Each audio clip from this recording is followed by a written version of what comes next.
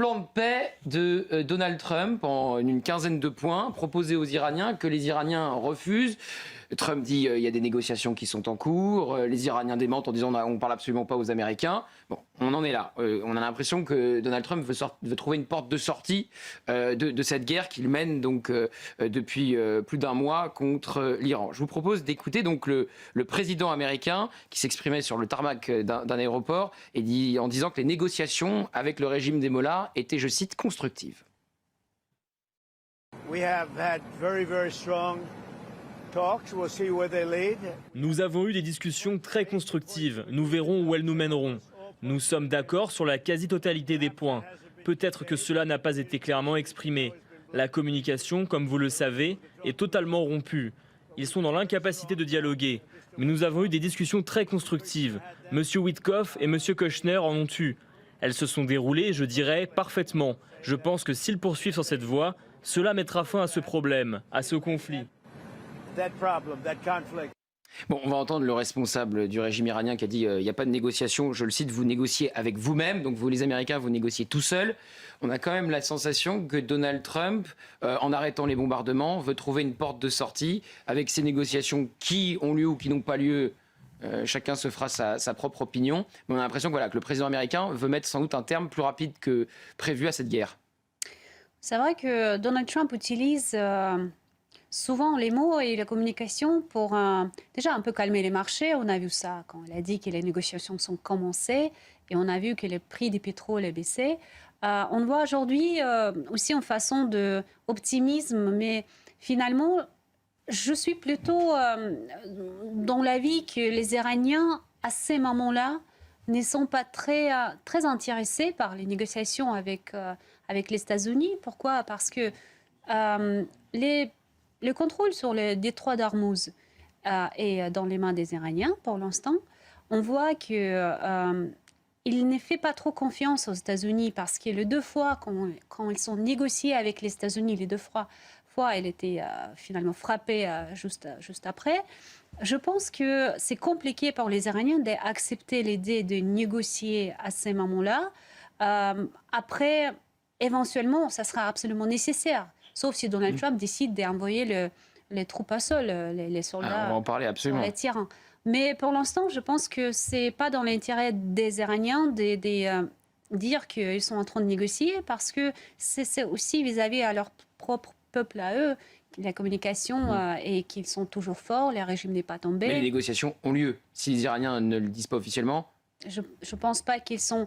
Peut-être Donald Trump négocie avec quelqu'un qui n'est pas vraiment dans les gouvernements à ces moments-là. On ne sait pas. Peut-être il a trouvé quelqu'un avec qui il négociait. On a entendu parler des assemblées, je pense. Mais la vérité, c'est que à ces moments-là, les Iraniens ne vont pas confirmer cette information, à mon avis, parce que ce n'est pas dans leur intérêt. Alors écoutez Caroline Leavitt, qui est la porte-parole de la Maison-Blanche et qui dit si l'Iran n'accepte pas, le président américain déchaînera les enfers.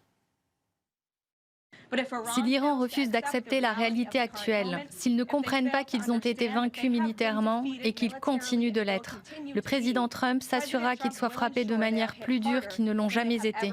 Le président Trump ne bluffe pas et il est prêt à déchaîner l'enfer. L'Iran ne devrait pas faire de mauvais calculs à nouveau. Bon, comment vous analysez la position américaine qui a changé ces derniers jours avec ces négociations ? Elle a changé parfois au sein même de la même conférence de presse, elle change. Parfois, Trump affirme quelque chose et affirme son contraire. Il essaye par tous les moyens, à mon sens, de sortir de cette guerre. Il a tenté lundi le coup de force avec l'ultimatum. Si l'Iran ne rouvre pas le détroit d'Ormuz, eh bien, c'était pas le jeu déclenche. Mais vous avez 2 jours pour le faire. Il leur a donné 2 jours. Et puis lundi, au moment où l'ultimatum allait expirer, il a expliqué qu'il y avait des discussions. Tout le monde a été surpris, qu'il discutait avec quelqu'un qu'il n'allait pas nommer il a dit lui-même, parce que Israël allait peut-être l'éliminer. Et finalement, on a appris que c'était probablement Mohamed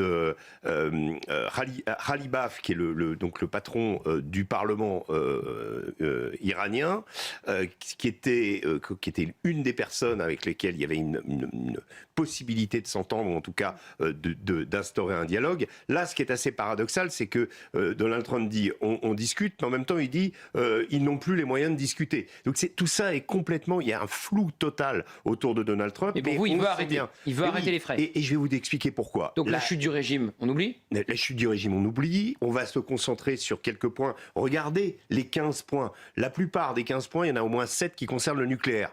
Encapsuler le nucléaire, plus de production d'uranium enrichi, vérification, etc., etc. Et puis le 12e point est très intéressant parce que le 12e point, il y a marqué levée de sanctions. Comme si, ça veut dire quoi ? Ça veut dire que le régime continue à être là, peut-être pas de la même nature qu'il était au début de la guerre, peut-être que on va trouver des gens peut-être plus, comment on va dire, partisans au moins de sauver le régime, en tout cas d'en faire quelque chose pour se projeter dans l'après-guerre, parce qu'il y a tout ça aussi, hein. Faut se projeter. Quelle va être la place, quel va être le rôle de l'Iran, quels vont être ses rapports avec ses voisins, quels vont être ses rapports avec Israël. Bref, il y a tout un tas de questions qui émergent. Mais si vous voulez, moi, l'élément essentiel, c'est le retour de J.D. Vance. Pour moi, le retour de J.D. Vance, qui était contre cette guerre. Voilà, qui était très sceptique, qui s'est très peu exprimé. Et Donald Trump l'avait reconnu face caméra, qu'il était contre, que son vice-président était opposé. Absolument. Il a dit au départ, nous ne sommes pas philosophiquement alignés. Bref. Mais ce qui est très intéressant, c'est que ce sont les Iraniens qui, aujourd'hui, disent... on ne veut pas de Steve Witkoff, on ne veut pas de Jared Kushner, mais on est prêt à discuter avec J.D. Vance, à condition que ça se passe au Pakistan. Donc l'Iran donne l'impression d'imposer le négociateur américain et d'imposer le pays où la négociation va se produire. C'est ce que j'allais vous dire. On a l'impression que le rapport de force s'est inversé avec un Trump qui dit négocions, et on va entendre le régime iranien qui dit non, il n'y a pas de négociation. Mais au début de la guerre... C'est très curieux comme... Au début de la guerre et pendant le premier round de négociation, c'était vous faites ça, sinon on vous bombarde. Aujourd'hui, vous pouvez choisir votre négociateur et le pays de la négociation. Ça veut dire quoi ? Ça veut dire que les États-Unis, pour moi, c'est la preuve évidente, cherchent à tout prix à sortir de cette guerre et cherchent à